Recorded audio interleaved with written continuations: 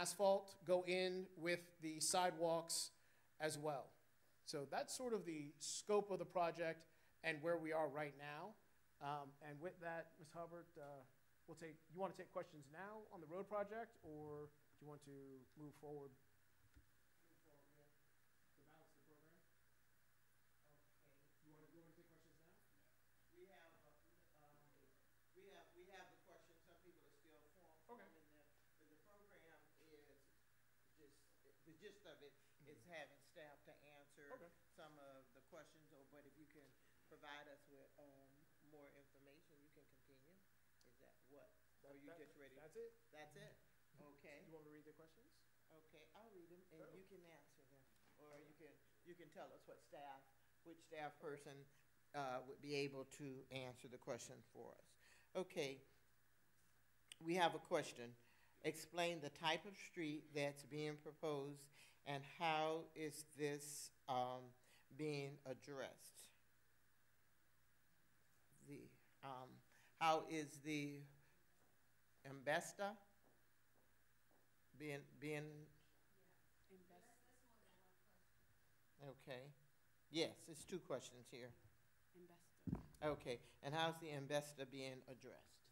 Can I see that? Sure. Embesta is Cora? Okay. Okay. Well, can you give me a little bit of clarity when you say explain type of street? What do you mean per se?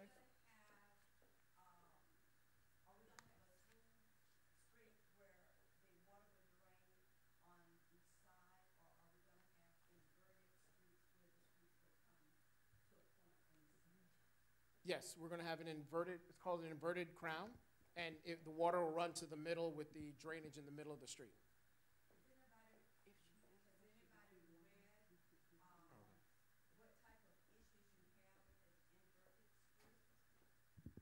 I'm sorry, I think they're going to bring you a mic so they can hear you from home.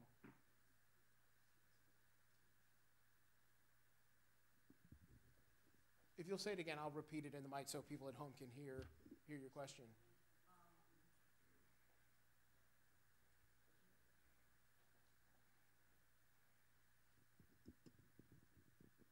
Okay, with the inverted streets, have anybody done any research in terms of whether or not that is the best type of street to have? Because I understand with an inverted street, within the next 2 to 4 years, because the water will settle right in the center of the street, and it will cause problems, it will cause potholes, and the water will settle there. I have some pictures of a street where you have an inverted street with the drainage in the center. Would the drainage be in the center? Yes, the drainage will be in the center. I don't want to take up a whole lot of time, but can I read this? Okay. It says here, does it seem that your association spends significant time and money repaving and repairing problematic portions of your community streets? Then it says, this is the obvious factor.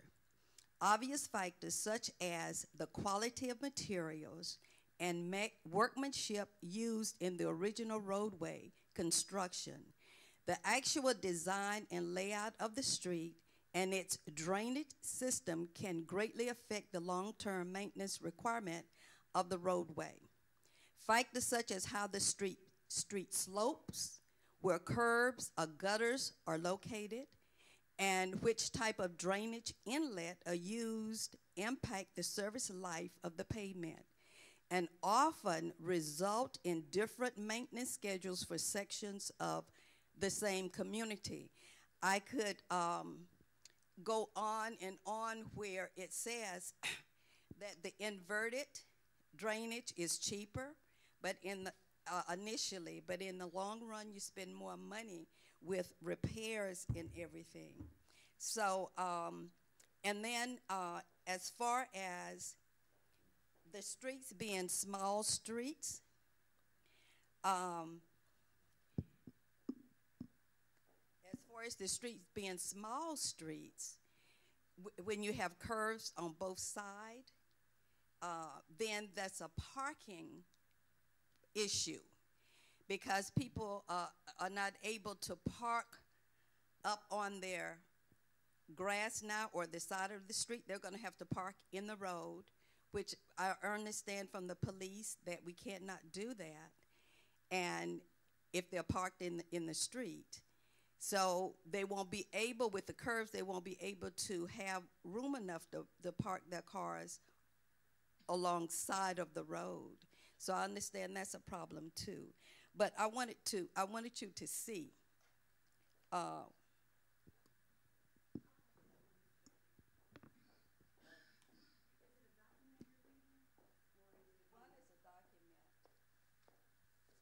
this is the road. Okay, I'll take it to him. This is what happened. This is the inverted road, and all of this explain why this is not a good road in a community because of the traffic and what happens. It doesn't look nice in the neighborhood. You see how the water is just settled in the middle and it's not really going in the drainage. So we were hoping that there would not be an inverted roadways in Monroe Heights because we're proud of where we live and we want it to look nice and we want it to stay nice. So that's the question in reference to the inverted road. And I understand too that there would be a parking problem. Everybody don't have places where they can park maybe more than 2 cars in their driveway. So they're gonna have to park on the street, which is against the law, parking on the street. That was, and the other question, number 2, and then I'm gonna sit down. The other issue that we have in the city of Riviera Beach is asbestos. And I wanted to know whether or not you have someone that's gonna be moving it so that we won't continue to have a problem like we did with Solatron. So you can speak on that. Okay. Asbestos, yes, okay. Okay, so to your first question, and unfortunately the individuals at home won't be able to see the picture that you provided, but we'll find a way to make that picture available so everyone will be able to see it.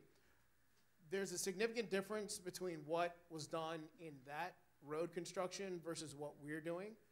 You'll notice in that picture, they inverted the road, but they didn't put any gutter or concrete curbing down the road for the water to travel in. And so what ended up happening, and you can see it in the picture, there's a seam right down the middle of the road.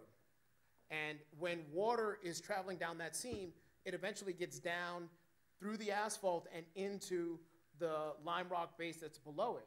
Well, because lime rock mixes with water and over time you get chemical reactions, that's where you get some of the degradation down the middle. That's not what you're going to get. You're going to get a curb down the middle of the road of concrete. The same way you have curb on the outside, you're going to have curb down the middle, which specifically is intended to prevent those type of issues from happening, and it'll also make sure the water gets to the inlets that are going to be put in the road. So that is a sort of dated design. What we have and the way we've designed it for the next 50 years is going to make sure issues like that don't occur. To your second question about asbestos, asbestos, and again, I'm not an asbestos expert, but let me generally say that asbestos, when it was used, actually, Leighton, since asbestos is in the water mains, why don't you come up here and help me and sort of explain how we treat asbestos piping and why we leave it in the ground and how there's a very specific methodology and why we do what we do with asbestos water mains.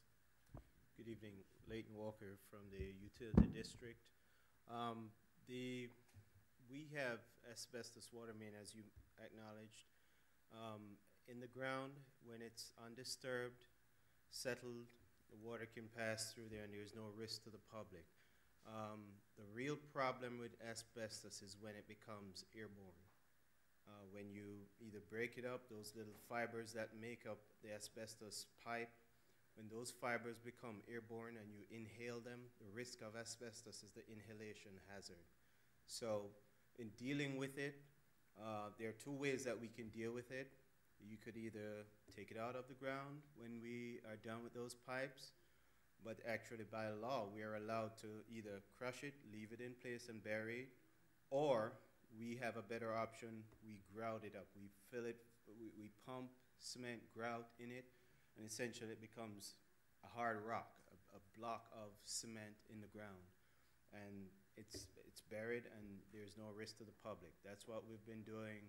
It's been done in many municipalities in the county, and that's what we've been doing for most of our road projects. It's very cost efficient to do it that way. If we were to pay to have someone take it out the ground and dispose of it, then they're going to be at risk of inhaling these particles when they have to cut it up and remove it, and it becomes a lot more costly to dispose of it that way. But if you leave it in the ground, pump it full of grout, which is what we typically do, it stays there undisturbed, and there's no risk. Isn't there a problem with water getting to it and it won't necessarily stay in the ground? Because see, we've had an issue with solar farms. And I understand that you're saying that it's cost effective to leave it there, but we don't put any cost on an individual life or people's lives. And if it would be better for the city if it was removed. And I think that would make the neighbors in Monroe Heights feel a lot better about it being removed as opposed to knowing that it is still there in the ground. It's interesting you say that. Prior to working with the city, I worked as an environmental engineer remediating problem sites like Solatron. The problem with Solatron was that there were compounds called volatile organic compounds. Those are volatiles. They can be dissolved in water, and they pose a threat to your groundwater and to persons who are consuming it. Each hazard has its different exposure pathway. That one, it would go in your groundwater, and of course people would ingest it. With asbestos, the only problem, like I mentioned, is if you go and disturb it, if you have to break it up and it becomes dry and there are particles that now become airborne. That's why if you've heard about asbestosis, when people inhale asbestos from working around the dust particles, over time it becomes lodged in your lungs, and you end up getting problems because it doesn't break down, doesn't go anywhere. But if it's not airborne, there's no problem there with that. So Solatron is volatile organic contaminants, and that was dealt with, that was treated a different way. There are different ways that you have to deal with different contaminants. Thank you, Mr. Layton. We're going to, the contractor is going to speak a little bit about the workmanship and the inverted road. So, Mr. McKinney, if you will. You have a question for me, or you just want me to talk about it? About, you just want to the inverted road, why that, why that. Not going to be a problem down there on the road. You're gonna take it down. Why you decided on an inverted road as opposed to regular road? Okay, once he finishes that, then we can, tell, why it's not gonna, let him tell why it's not gonna be a problem, Mr. Bailey, and then you can go ahead and say why we, decided on that. That was your. So I didn't see your picture, but based on what I heard, it sounded like there was a erosion problem around the structure. No. This potholing down the middle in the seam. Okay. Yeah, that's simply because there's no concrete base. It was just asphalt, and there was probably very little shell rock or lime rock below it. What we're going to do is you're going to have a 12 inches of solid concrete. That's the only thing the water will travel on. It won't travel on the road. So that when the water pitches, it pitches towards that concrete, and then it runs into the drain. There's no way for it to run out and stay in the asphalt. Thank you, Mr. Mantini. No problem. Mr. Bailey is going to show the, why the road was. Mr. Bailey will show us why the road was chosen and the different types of road. If we all, some of us came to the different meetings that were held. Some of us spoke on the types of roads that were exposed. We did not, most of us did not want to give up 5 feet of our property on either side. We had a choice one time that we were going to have streets going one way or the other. There was also an option to have sidewalks on one street and not on the other. It was also an option to have no sidewalks at all, just the gutter and the drainage. And the majority of the people that was at the very last meeting stated a couple of things. They did not want the one-way.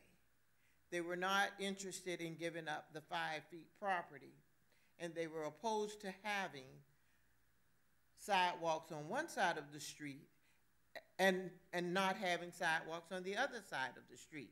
Because as one woman that pointed out at the other meeting, a lot of people in our neighborhood are retired now, so they do a lot of more walking than they would have done before. And it would be a disservice to have sidewalks on one side of the street and sidewalks not on the other side of the street. So we had to find a happy medium if we weren't going to get the 5 feet from the neighbors and if we weren't going to go without the sidewalks. So that is why we had to find a way to do it. And Mr.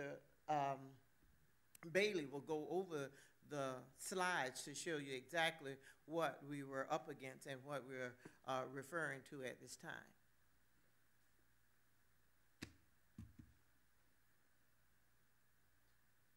All right.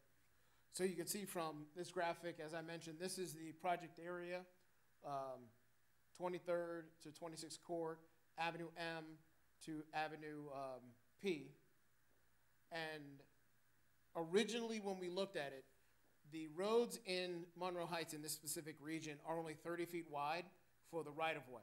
And you can feel when you're down there that the roads do feel kind of tight, especially those that have small sidewalks, and the sidewalks are flush even with the asphalt. Because it's so tight, that's a different type of design. Initially, what we looked at was making that entire area one-way. We researched it, going with the one-way, and this was the one-way pattern with the east-west sort of configuration that would allow you to still have a more narrow sort of typical section. This is the section that we looked at evaluating. If we did one-way, you'd have 14 feet of asphalt, curb and gutter, and this would be what you would expect more traditionally with a peak in the middle, or it's called a crown. The crown of the road would be in the middle, and a curb and gutter on each side, which is almost every street you see in anywhere, and a 5-foot sidewalk on either side. This is if it's one way and you can get down to 14 feet of asphalt for the one way. We discussed it with the community. We sent out flyers. We had a number of community meetings in reference to the one way, and we sort of moved forward with looking at heavily evaluating and what the design would look like on the one way. As we sort of move forward in that direction, Ms. Hubbard, in hearing from the community, said, we're really not happy with this one way. We want to take another look at it and make sure that everybody is truly on board with doing the one way. After some more meetings, as Ms. Hubbard indicated, we came back and it was directed to staff, find another way. The one way is not going to work. We need to go back to what we have now, 2-way streets, but bring us options. And then we got to, this is option B, going from a 30-foot right-of-way to a 40-foot right-of-way. 40-foot right-of-way is sort of the city standard. You get 2 12-foot lanes, the curb and gutter on each side, which is more what you're accustomed to, and the 5-foot sidewalk inside that 40-foot right-of-way. The problem is, the issue, the concern, there are upwards of 200 houses in this area. We would need to take 5 feet of each resident's property, and you can see it here in the graphic. We would need to get 5 feet of each resident's property to go from the 30-foot right-of-way to 40 feet. That was going to be problematic. You can imagine out of the 200 residents, You only need a handful of people to say, no, I absolutely refuse to sell you my property, and then that option doesn't work because you can't do it in some areas and not in others. I put this picture in as a great example. You can see on the left of this picture, the back of the sidewalk is approximately where the right-of-way ends now. 5 more feet means this individual's fence, those palm trees, and they're probably not going to be able to park that boat in their front yard anymore. On the right, up there by the speed bump, you can see all of those hedges are gone and probably another 2 or 3 feet on the other side of the hedges. That sort of yellow house doesn't have a front yard anymore if we were to come back and take those 5 feet. So that's one example, and you can imagine, you all live there, you can imagine what it would look like taking 5 feet from the front of everyone's homes. This is another street, same thing. The entire fence on the left goes away. That individual on the left doesn't too much have a front yard anymore.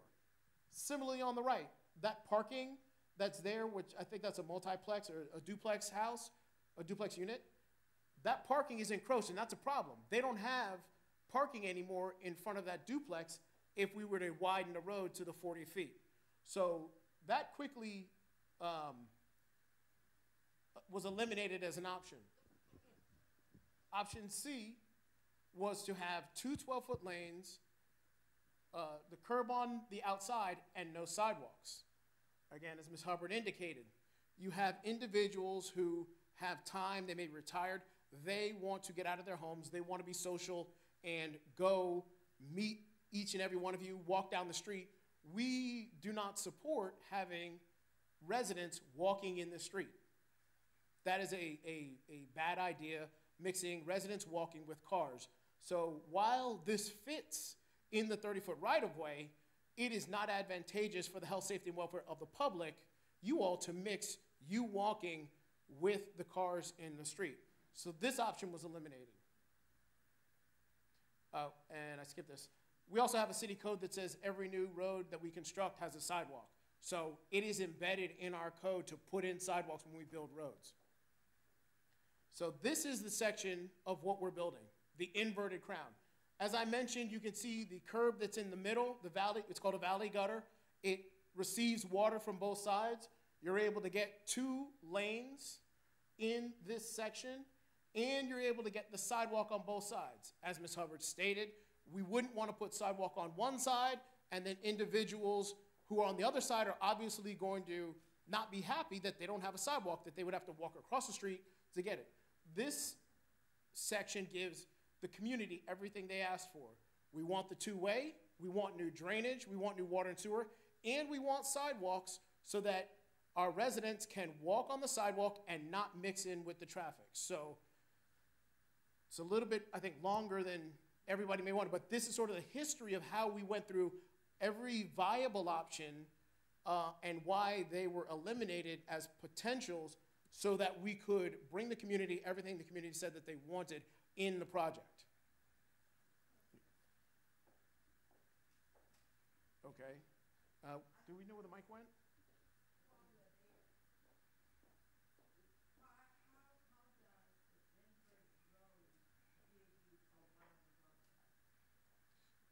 The inverted road doesn't give you a wider road. It allows you to get all of the elements inside the 30-foot right-of-way. As you can see here, all of the elements that were requested of the city, 2 lanes, drainage, and sidewalks all can fit in the 30-foot width that is the existing right-of-way. Yes, you do have 30 feet now.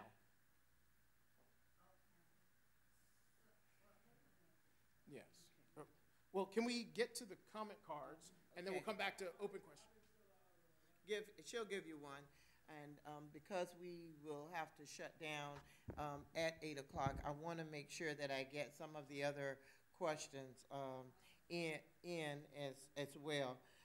One of the questions is about why is our water off without notification, and if someone can speak to the turning off of the water and when it's turned off and why it's turned off.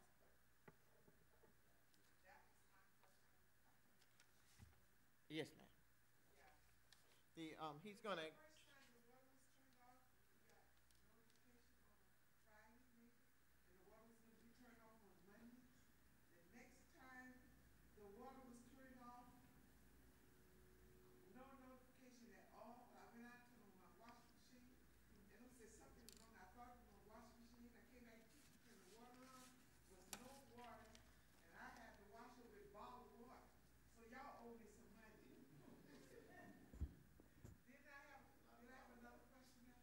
Yeah, we're gonna let him do one question at a time, and I'll read him the next one. So, because the thing is, most people will have a lot of the same questions, so we want to read them out loud so that everybody will be able to have the benefit of the answers. Mr. Horton, please. Thank you, Madam Vice Chair, and good evening to everyone. I'm Willie Horton. I'm the Executive Director of the Utility District. We typically, when we have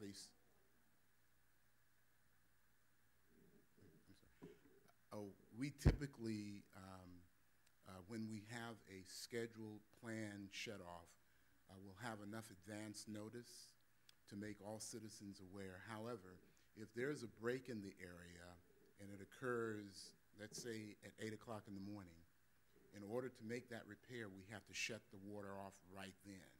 What we end up doing is preparing a notice to go out to all affected residents that the water has had to be shut down for whatever reason. Either a contractor has hit the line or the line broke, and we will put a notice out for a precautionary boil water notice. So in times when you don't receive an advance notice, typically that's because there has been damage to the line that requires us to shut the water off immediately. But in most instances where we have a planned shutdown, we will give a 2 to 3 day notice in advance so that you will know that up front. Okay, the other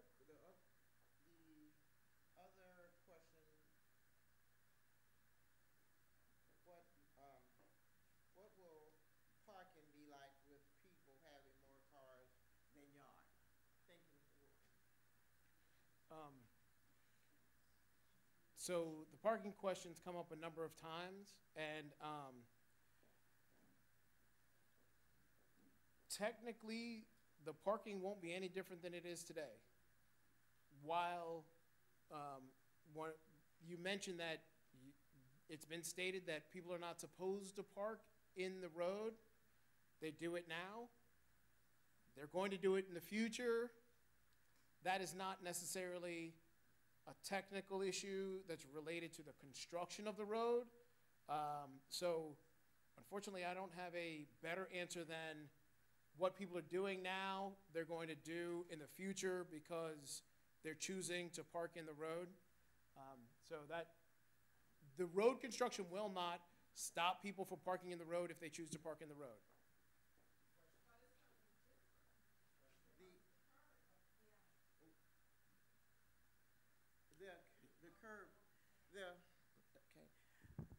With the curbing now, we can't have the drainage without the curb. The curb is what guides the water into the drain. So because we have the curb there, some people will see that they're not able to park on the road, and they won't be able to.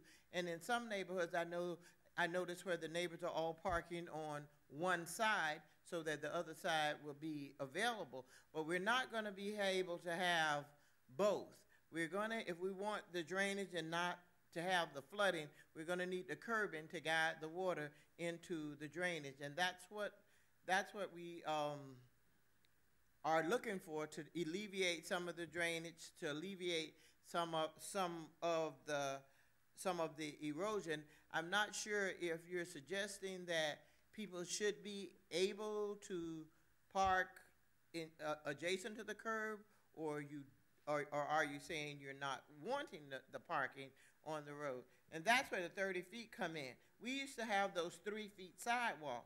Now we're mandated by ADA to have the wider sidewalk. So we eating up some of that same 30 feet that we were working with. But it's not by our design. It's by the American Disability Act that requires that sidewalks are 5 feet now, as opposed to where we have them 3 feet now, because we don't have any say-so. We can leave them 3 feet as long as we want to, as long as we don't repair them, as long as we don't dig them up. But when we start to dig them up, the American Disability Act say you must put them back in to accommodate people with the mobile devices to get around, like the scooters and what have you. So that is,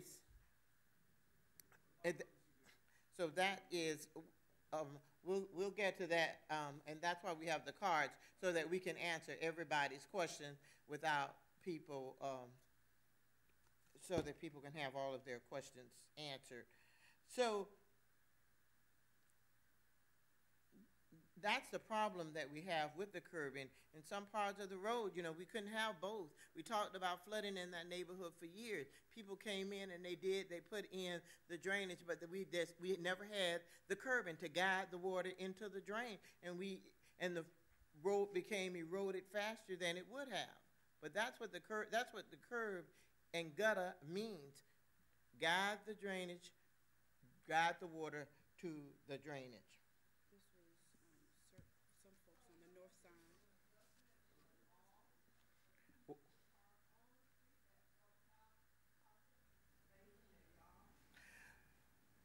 Well, the police have been lenient and accommodating to the issues that we have with the narrow parking in some of the areas.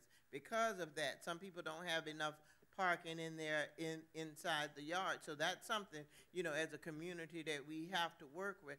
But a lot of our code before the roads became so narrow was that we didn't park on the side of the road. So that's an adjustment and leniency that we've seen within the police department, taken into account, you know, for those type thing. Now, right now, during the construction, you wouldn't want your car out there because you wouldn't want, you know, anything to happen to it. So after the construction, we'll see, well, you know, that we won't have that issue to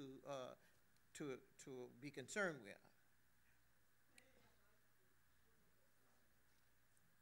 So we'll just continue to work through, you know, through the problems to try to get the community exactly what they want. Streets that don't flood, streets that not, the pavement that's not being eaten up, the potholes that aren't there, and we'll continue, you know, to work toward that end. We have another question. On the weekends, it's not a question, it's a statement.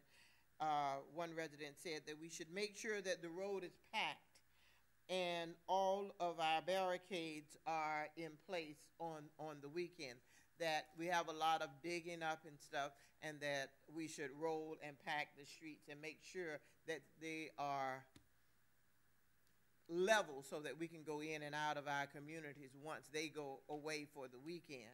So that's a statement and a concern that one of the citizens wrote here. Now, how often are the streets graded to eliminate potholes and swells?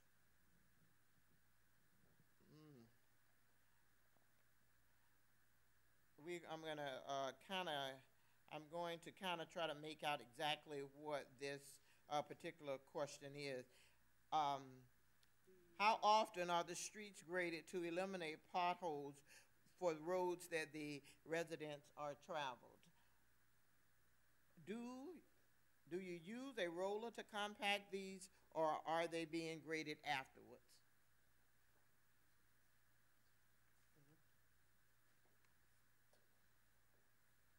All right, so the question is, how often are the streets graded to eliminate potholes and settling for the residents?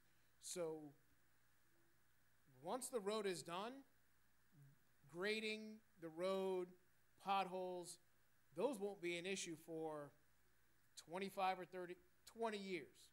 Because the way we're building the road, the stability that we're putting in it, we should not see any need for grading or any potholes at least 20 years, because the contractor is going to build the road to the plans it's, if I, I'm sorry if I didn't phrase that question properly, but when I was talking about potholes, I'm talking about during the construction phase.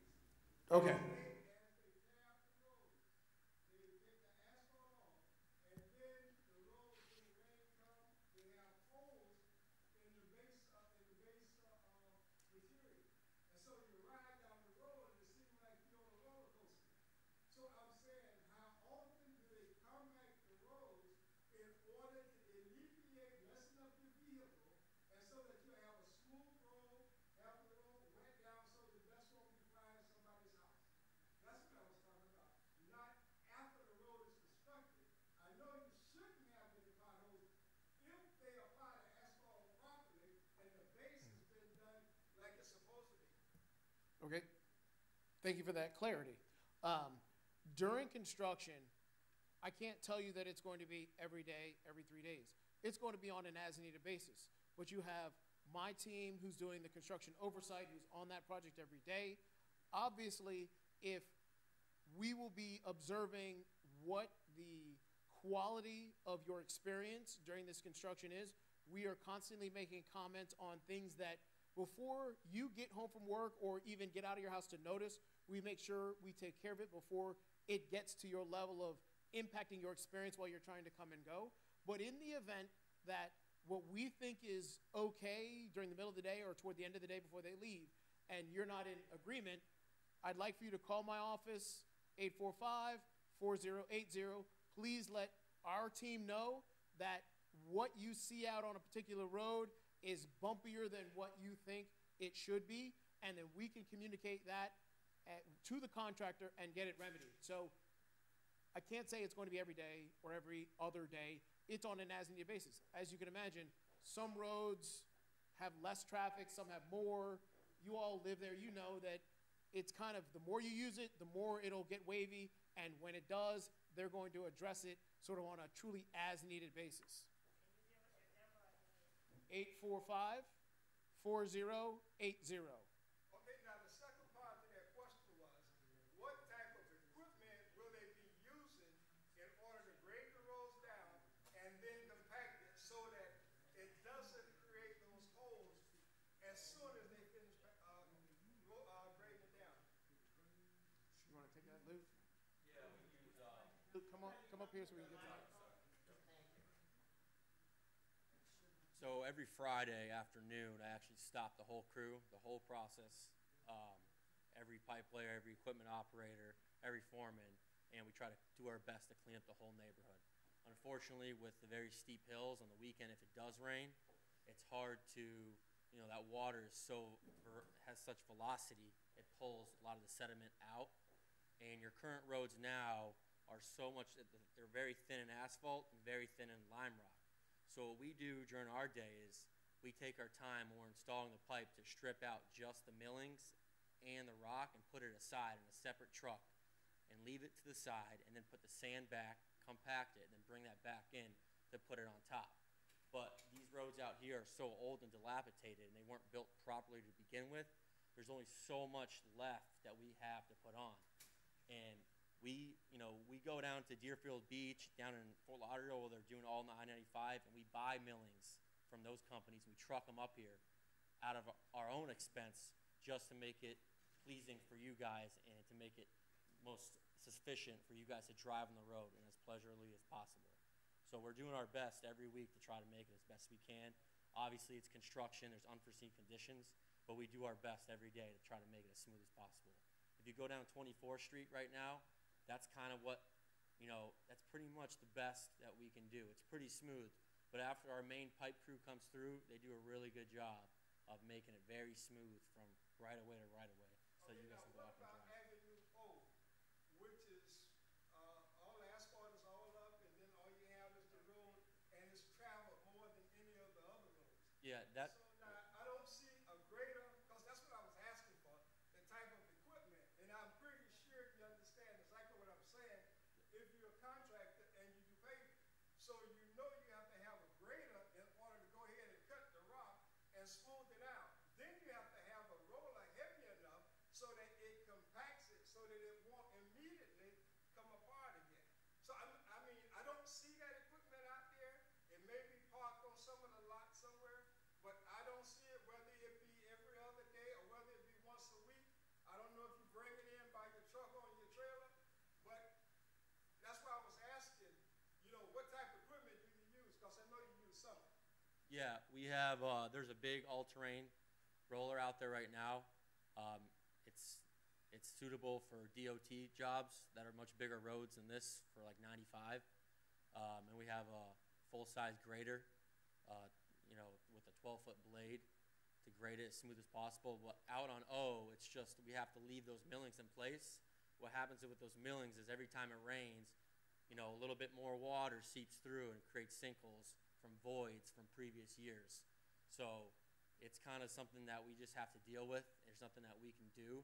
We try to grade it every day, once a week, and roll it down for you to make it smooth. But that'll all be torn up next week, and it'll be even smoother after that. Hey, Luke. Yes, sir. Since you mentioned the road function properly, what about the asbestos thing? If that stuff breaks and falls, what's going to happen with that? The asbestos pipe. Well, since you said the roads won't build properly. Since I said that, I'm not understanding. Built properly. So you're asking what's up with the asbestos pipe? What's Yeah. Well, that's used. I mean, 50 years ago, that was the only pipe to use. Didn't have any other option, and we see that in every municipality, not just this one. Boynton, Lake Worth, Delray. You go down the line, all West Palm, all Broward County. Everybody uses it. It's actually a good pipe. It doesn't corrode. It doesn't erode on the inside. It holds the water very clean and natural. It's just once, like Leighton was saying, once it becomes airborne, then it's a problem. When you do repairs, what happens when you do repairs on that pipe? All our guys, I mean, we wear masks, and we use water with the saw to keep the dust down so that it doesn't go airborne. There was a couple of emergency vehicles. That issue of emergency vehicles has been brought up a number of times. The design that you see here, whether it will facilitate the emergency vehicles being able to continue to provide public safety access to you in the event that there's a call out to a resident. This design will not have any impact on whether or not an emergency vehicle can get to your residence. As I said, this is not very different than what you have there now, because again, you have the sidewalk on either side. It's only 3 feet wide now, and it'll be getting to 4 feet, and you have almost the same amount of asphalt. So the question about parking emergency vehicles, there won't be a great change now, except it'll be obviously better, it'll be new, water, the drainage will work and things like that. But the other change, the other questions, that won't be affected by the way the design is done.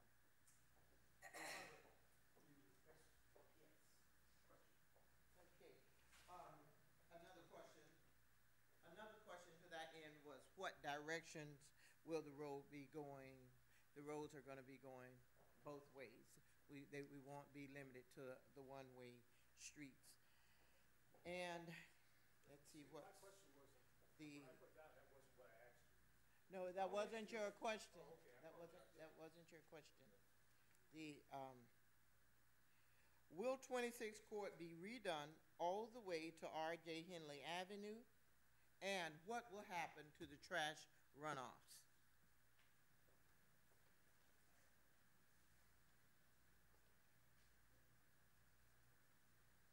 The short answer is yes. 26 Court will go. You can see the picture. You can see up here that 26 Court is the only street that actually connects to R.J. Henley in the top left corner of this picture, and we are rebuilding that from R.J. Henley all the way over to Avenue M. The second question was what happens to the trash runoff? The same thing that would happen on any street. Obviously, if there's trash in the road, although we would ask for your participation and not and helping us pick up any trash in the road that you may see, but in the event that there's trash in the road and it rains, obviously the rain runoff will pick up the trash the way it does now, put it into the gutter, And unfortunately, it ends up going into the drainage structures the same way it does now on all of the other city roads. So when we have a schedule, we have a sweeper truck that you've seen the sweeper truck come around to sweep the roads. We also have a vac truck so that on a scheduled basis, we go and we vacuum out any of the trash that gets into the system. So the design that we have will not operate any differently than any of our other roads from a trash and maintenance perspective. Well, that's my question, and one other thing that since you brought that up. Now what? Because ever since I've been on made the re-area, now the citizens around Avenue P and 26 Court, a few times I've had to go out the road with my pants up, wade in that drain water, and with a rake and fork and clean that stuff out of the drain to keep the water out of my house. Will this improve that, or will I have to continue doing the same thing? It will absolutely improve that. It will improve that. Yes, sir. We're using a card system, Mr. Israel, so that she'll bring you a card. Yes, we have it's again, concern, it's again, we have another question, concerning the parking. The parking and on the sides of the road, and not to ignore anybody's question, I wanted to repeat it, that we will have to, people will be, we know that people have to park on the side of the road because of the way our neighborhood was constructed and the yards were small. We didn't have, there was 1.5 driver in the driveways. We have way more drivers in our homes now than we did a while back. So that's why people park on the side of the road, because they have no other choice. So in working with our police department, we will have to address that. And now that the American Disability Act has spread it out the sidewalks, it gives us even less. So we will, we have to work with our police department, to because they understand and they know what we're up against. They're in our meetings and they know why people are parking on the road. So we don't foresee that being a major concern. Wouldn't one way alleviate the problem? No. Yes, it would, because you would have both sides of those parking. It's only 30 feet. Most of the people have a hedge or a fence sort of at their property line, so you have the same 30 feet to work with. If it's one way, if it's two way, if someone parks a car on either side, you're going to impact the ability for a fire truck or any other vehicle and everyone to drive. So, as I've sort of stated, whether it's one way or two way, sidewalks, the curbing, it's not going to significantly change anything on how people behave in the road. If you park in the road now, you all know that if two people park in the road side by side, nobody's driving down the road. So you all have already worked out sort of a social contract to where if I park in front of my house, well, I'm park here, and then you park up over there. So yes, people may have to snake around, but the fire trucks can get through and everything like that. So for those who've lived there a while, it's already working. I mean, you all work together for the most part, and you have it worked out. So this road construction is not going to change how you behave in your roads. And I know I've said that a few times, but it really is not going to behave. It's not, the way we construct the road is not going to change whether you park there or not. The convenience, it will not change the ability for police and fire to provide service. It won't change that.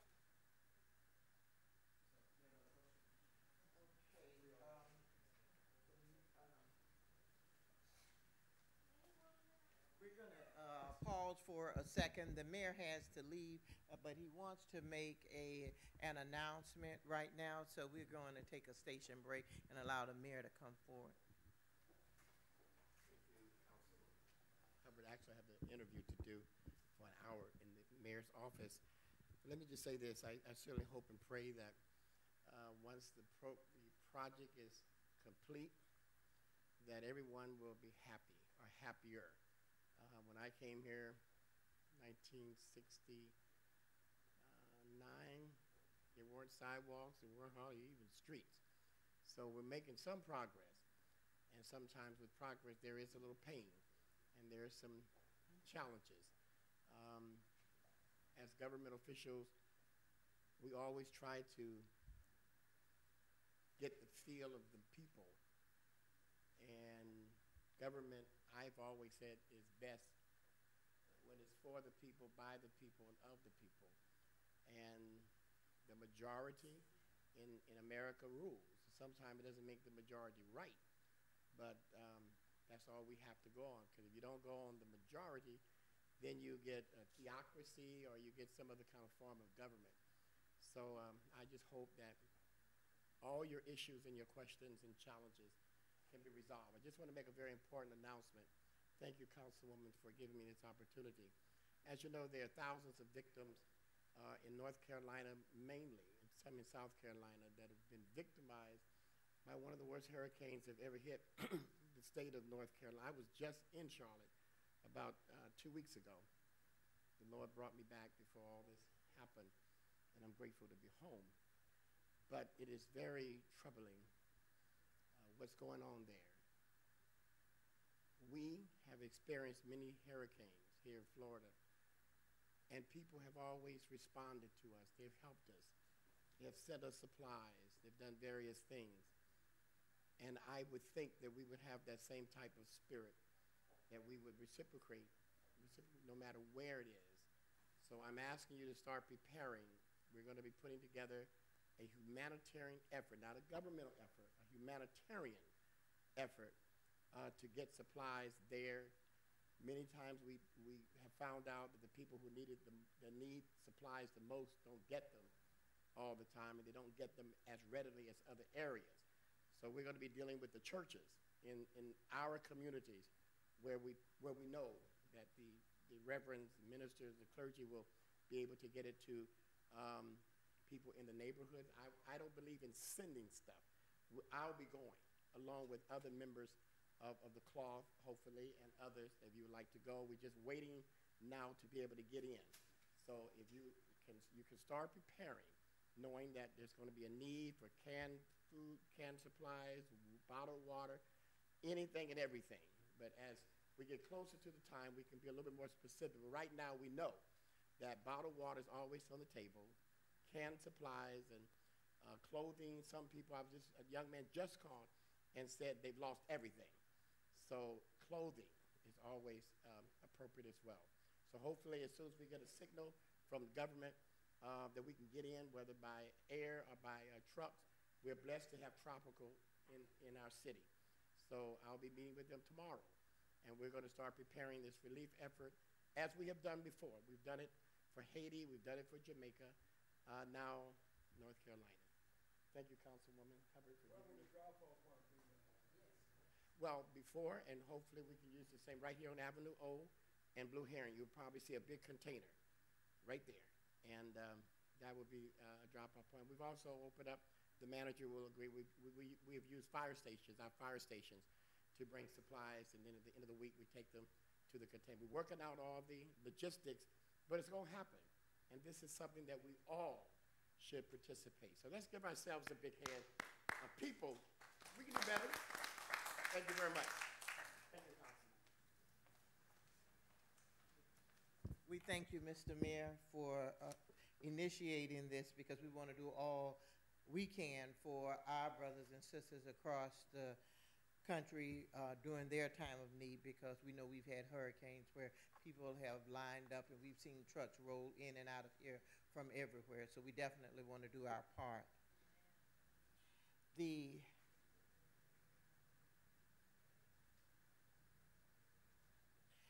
Okay, we have a question. Why are pipes being piled high by the Atkins daycare play area without a barrier? Second question, should we be concerned about the tremendous height of the pipes during the hurricane season?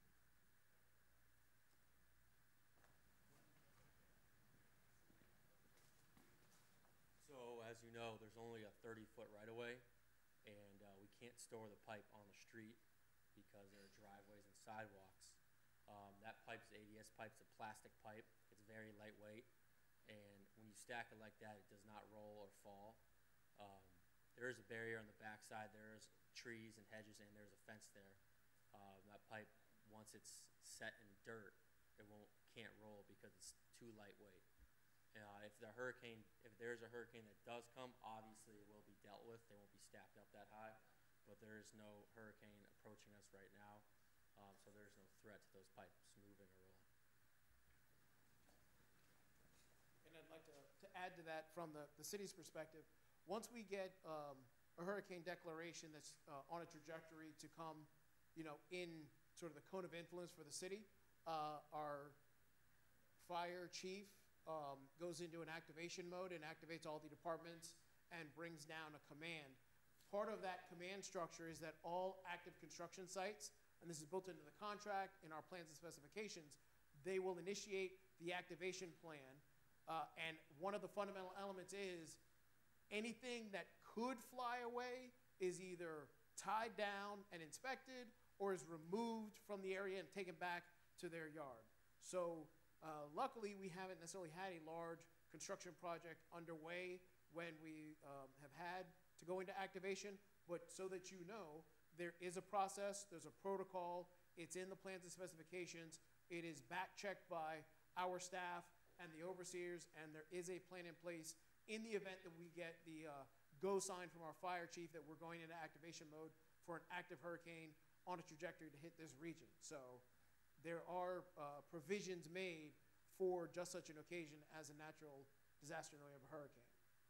That was my question. I'm also concerned about the safety of the children who readily enter that area and are playing over there, and also with snakes and insects being in those pipes by the daycare. We don't want any snakes or anything entering that daycare and harming those students who are enrolled there.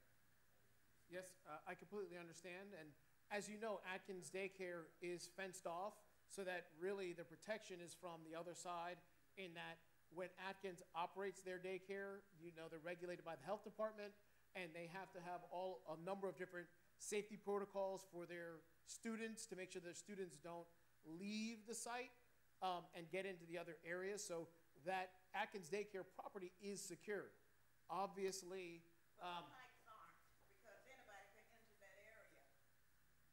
yes, the pipes are in an open field, but there's a very low likelihood or need for an adolescent, let's say, they may go. We have other schools like Kennedy, and the kids are constantly traveling that area, and also at Greater Bethel, church activities, they are there. I think those are a little bit older students than what we're talking about at Atkins Daycare. I mean, a student that's walking down the street sort of unescorted by an adult, you would imagine is mature enough to be walking down the street unescorted by an adult. That's the nature of children to be inquisitive. They go over there because they are looking to play and have fun. Well,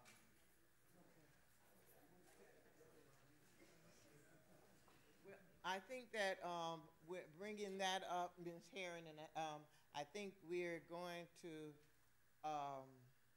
have the contractor and the public works director go around and take a look at that to see what we can do to make sure that the children are safe and the pipes are secure, because, and I'm glad that you're bringing that up to our attention. So that is something that we can look at again and see if we can do a little bit more to secure that particular area. We definitely will. We have another question. The question is, why were all the streets dug up at one time?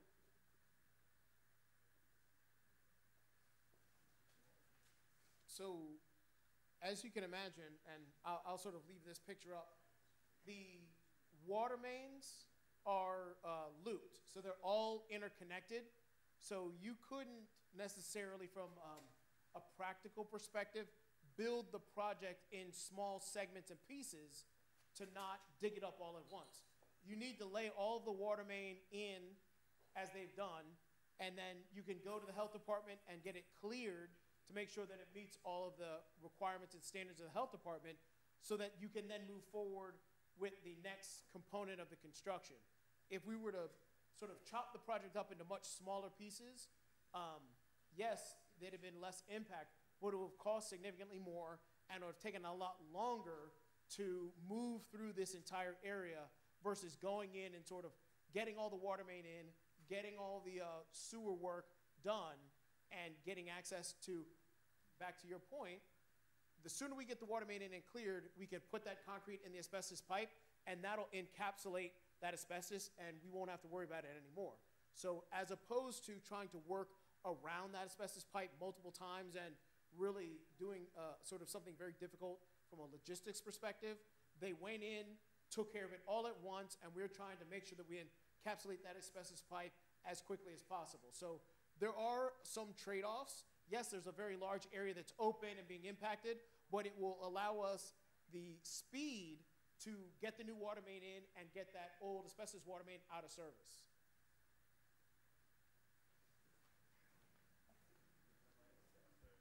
The next question is, what is the estimated completion date for this project? I know I mentioned at the beginning of the project, the estimated completion is towards the end of 2019. So while it appears that they're going very quickly now, they have a lot of work to do. So this is, I think, a 16 or 18-month contract. They're going to focus, now that the water main is on Avenue O, and we're looking to try to get Avenue O completed by next summer. That's tied to one of the state grants that we have to try to complete Avenue O by the summertime, and then they'll be able to move into the side streets and finish the side streets by the end of 2019.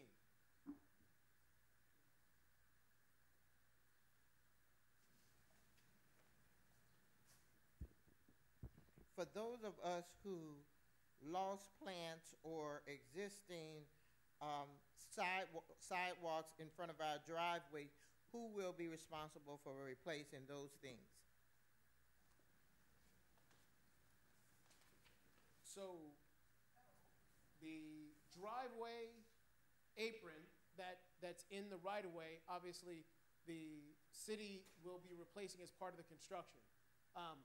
You shouldn't, or the individual who asked the question, there may be some small impact to the component of driveway on your property, because it's very difficult to saw it exactly on the right-of-way line. So there may be a crack that kind of comes up to your property, but we will be fixing anything that we damage in the way of your driveway. Now, let me qualify that. Again, if there's a crack up by your garage 20 feet away from where we were working, that's not necessarily something that happened from the project. But obviously, anything that we damage that's right there next to where we were working, we are going to fix. As for, I think the beginning of the question was plants. Well, as you saw from the pictures, there really shouldn't have been any plants in the right-of-way, because remember, the sidewalks are right there at the edge of the right-of-way. In the event that while we were pulling up the sidewalks, a plant or two was impacted, damaged, or had morbidity, or the plant died, if you would, again, approach anyone you see in the field, let them know your name and address and what the issue was, preferably while the plant is still there, if it's died, or if you had a plant and it's now missing, let us know so we can go and try to work with you on resolving that situation.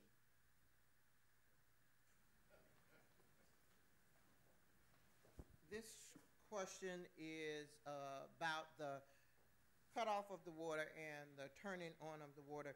When we receive the notices about the water being turned off, will we receive a notice as to when we can actually use the water again once it is restored? The answer is yes. Typically, when we issue a precautionary boil water notice, the water is off typically for 72 hours. We're required by our regulatory authority to test for 3 days, and we have to have, we take a test every day, and every test must pass. If we pass the first 2 tests and fail the 3rd test, we have to start all over again. So when you receive a notice of a boil water notice, you should continue to boil water until you receive a rescission or a cancellation of that notice. It typically takes 3 days. There have been instances since I've been here in the 11 months that I've been here where we've had to continue for another 2 days testing before the health department would give us the okay to give the clearance. So the answer is yes. You will receive a notice when you can use your water from a regular perspective and no longer have to boil water. So did you all send out notices when you start using the water again? I'm sorry. Did you send out notices that you can start using the water again? I send notices out every day, both to place a precautionary boil water notice out and to rescind. In fact, I sent 2 notices out today. So let me ask the question. When did you receive the notice to start boiling? That was my last question on that. Because on the north side of the street on 26th Court, they were passing out papers that I thought hanging on the door that people wasn't home. And then on the south side, we didn't get it. Because you weren't impacted. We only put the network system is kind of complex. We could be on one street, and the people across the street from you receive a notice, but you don't receive a notice. And the reason for that is that you are fed from a different lead off of the water main. Okay. I thought we was being. No, it's only those citizens who are impacted by that shutdown. Thank you. You're welcome.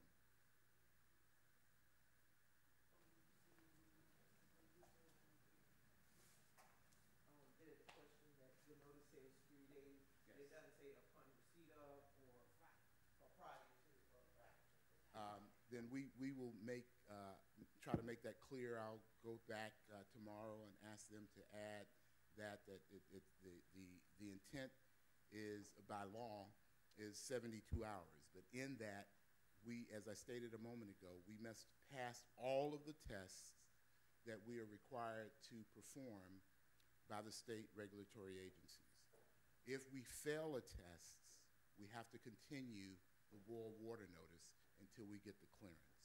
So we will go back and revise. If that notice is not clear enough, we'll go back and revise it to add some more language to make it clearer.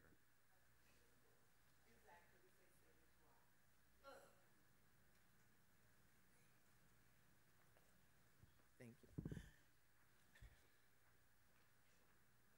Will 27th and 27th and 26th Street, 26th Court be reopened after construction?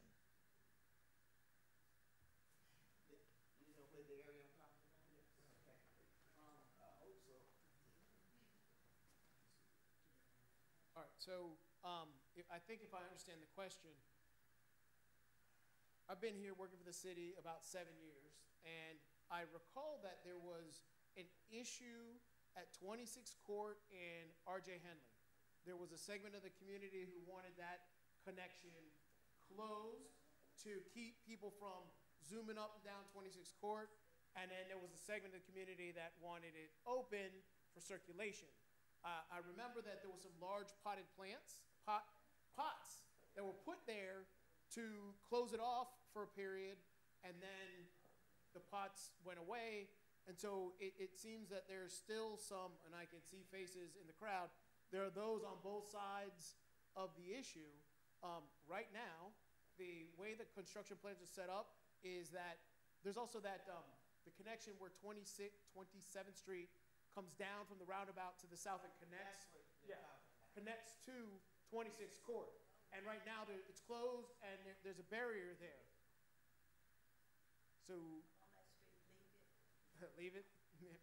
So the plan right now is to leave that closed the way it is. We have not had any again, in order to do something of that nature, and for those who remember that discussion the last time, we need thorough public participation so that everyone has an opportunity to be heard, everyone can come out and express themselves, they can explain how, whether we keep it open or keep it or close it, how it's going to impact their lives.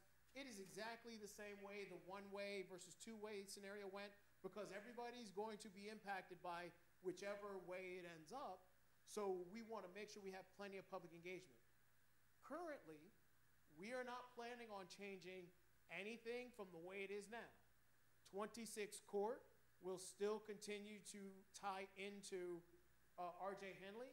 27th Street, where it ties into 26th Court, just there. The barrier will still be there, and it will not sort of change any of the fundamental elements. Now, in the event that there is a group who would like to discuss closing 26th Court at R.J. Henley again, there is a process. I'm not saying, what I'm saying is there's a process. We would have community meetings. We would get the flavor of the community. We would make sure that everybody was on board with that. But that's not proposed. I'm just saying I know that there is still individuals who were looking to see if there was any potential, can it be done. That is not what the project is. That's not what the project's proposing. We are simply talking about in the event that that discussion wanted to occur again, the process. No. Okay, then I will stay. No. And this last question happens to be Mr. Willis's question to that effect. He was talking about the safety and the emergency of that street with the closing of it and the opening of it. And as you can see, most people that live on 27th Street, where 27th Street meet 26th Street, want to leave that closed. That's the area that we were talking about. And your question to that end is how it affects the emergency vehicles and provides safety in the community there.